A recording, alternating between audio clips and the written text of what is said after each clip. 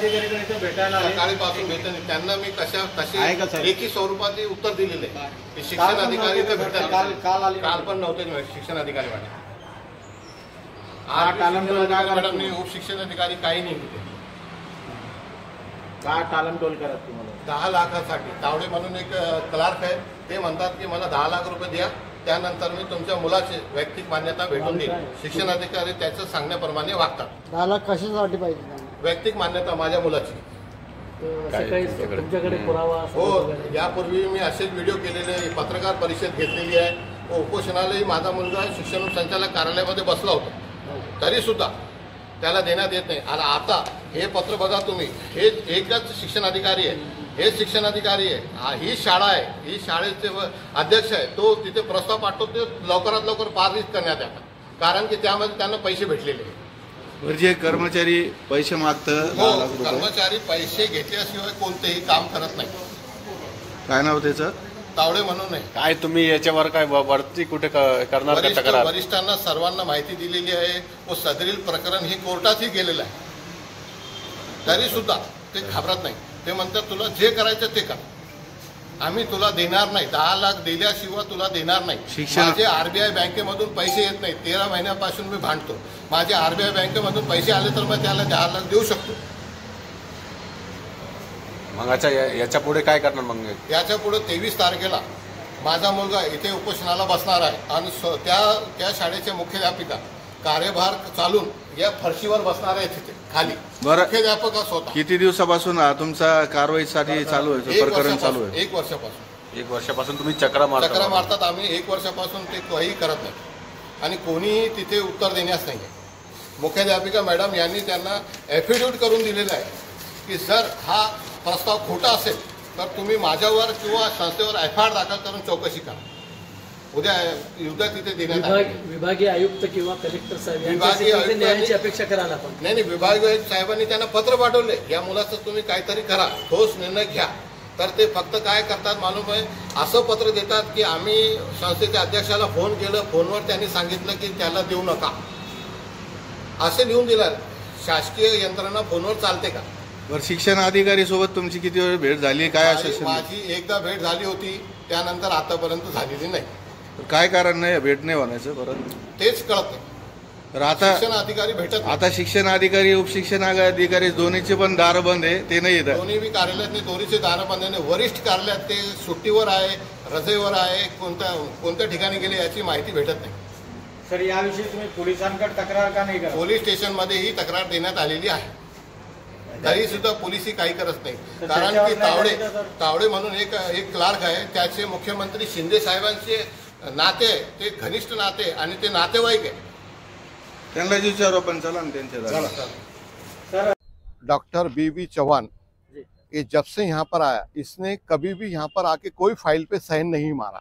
सब इसके बंगले पे बुलाता है, फुलंबरी पे घर पे बुलाता है. ये इलीगल इन्होंने घर इंग्लिश मीडियम का स्कूल खरीदे हुआ है दौलताबाद फाटे के ऊपर, वहाँ बुला के साइन लेता. मैं कंटिन्यू जिस सब से यह बैठा उस दिन से रोज यहाँ पर एक तकरार डाल रहा हूँ कि मेरे को मिलने को नहीं आ रहे, मिलने को नहीं दे रहे. तो आज ये आए वाला है, फिर भी मुझे नहीं बुला रहा है अंदर.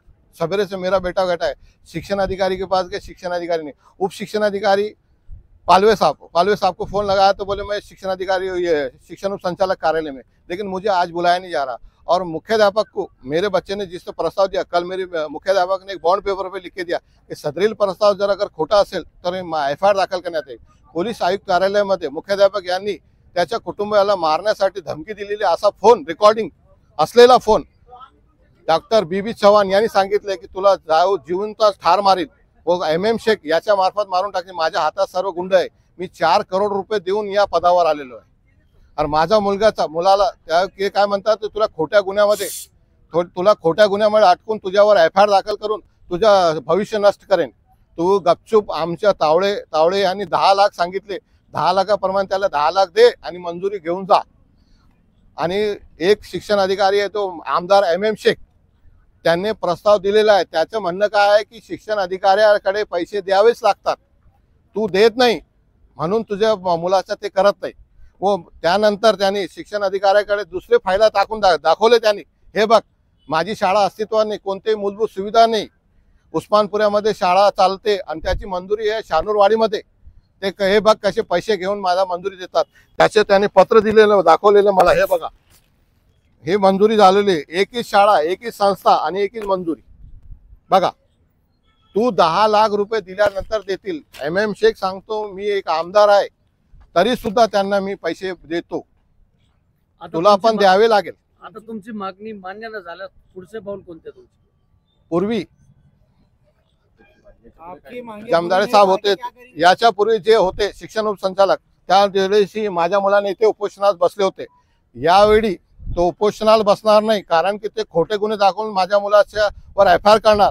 यावेळी 23 तारखेला माझा मुलगा शिक्षण अधिकारी याच्याकडे उपोषणाला बसणार आहे. 3 दिवस फक्त. आणि त्या दिवसात 3 दिवसात त्यांनी काही केलं नाही.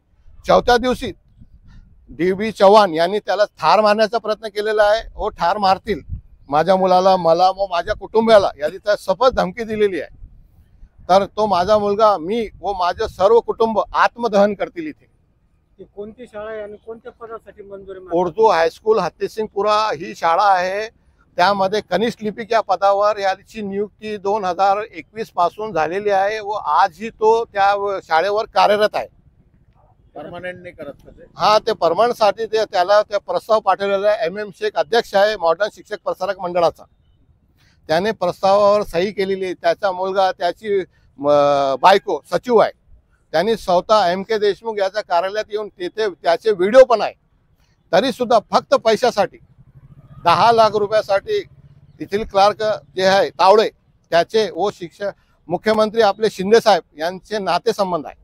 ते आता मुख्यमंत्री राहिलेले नाही, उपमुख्यमंत्री झाले, तरी सुद्धा त्यांचे अधिकार इथे चालत आहे. आपले नाव सांगा. हे करून शेख सुभान.